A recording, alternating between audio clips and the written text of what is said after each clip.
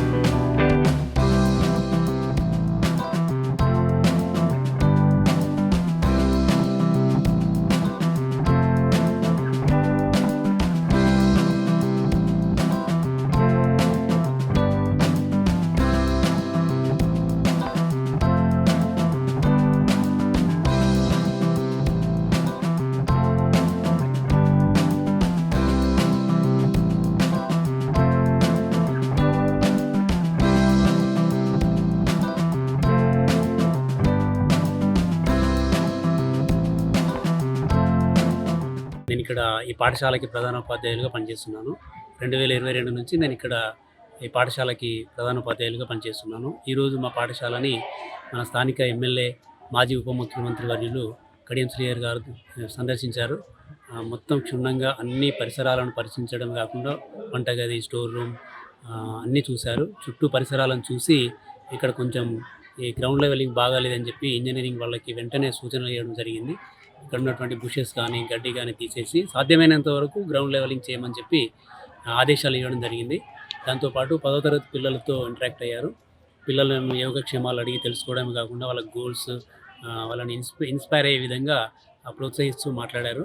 పిల్లల కోరిక మేరకు నెక్స్ట్ ఇయర్ ఇక్కడే ఇంటర్మీడియట్ని కూడా ప్రారంభించడానికి సహకరిస్తానని చెప్పి ప్రభుత్వంతో మాట్లాడి తప్పకుండా వచ్చే విద్యా సంవత్సరంలో ఇక్కడ ఇంటర్మీడియట్ స్టార్ట్ చేస్తామని చెప్పి మాకు మాట ఇవ్వడం జరిగింది. చాలా సంతోషం. ఈ స్కూల్ కూడా వారి ఆధ్వర్యంలో వారు అప్పుడు మంత్రిగా పనిచేసినప్పుడు దీన్ని స్టార్ట్ చేశారు.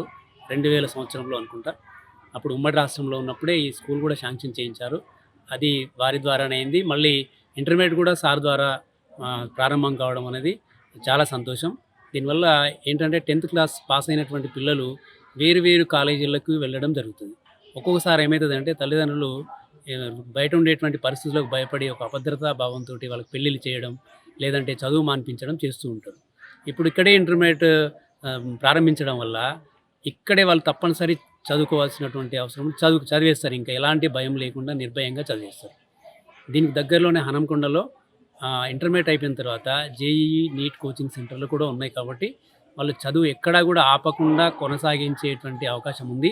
కాబట్టి ఎమ్మెల్యే గారికి, మన మాజీ ముఖ్యమంత్రి వర్యులు కడియం శ్రీహరి గారికి మా పాఠశాల తరఫున, మా పిల్లల తరఫున, మా ట్రైబల్ వెల్ఫేర్ డిపార్ట్మెంట్ తరఫున కృతజ్ఞతలు తెలియజేసుకుంటాం. తెలుగులో న్యూస్ కి ఫాస్టెస్ట్ యాప్ ఇప్పుడు టోటలీ న్యూ అవతార్లో జస్ట్ 5 seconds లో కంప్లీట్ న్యూస్.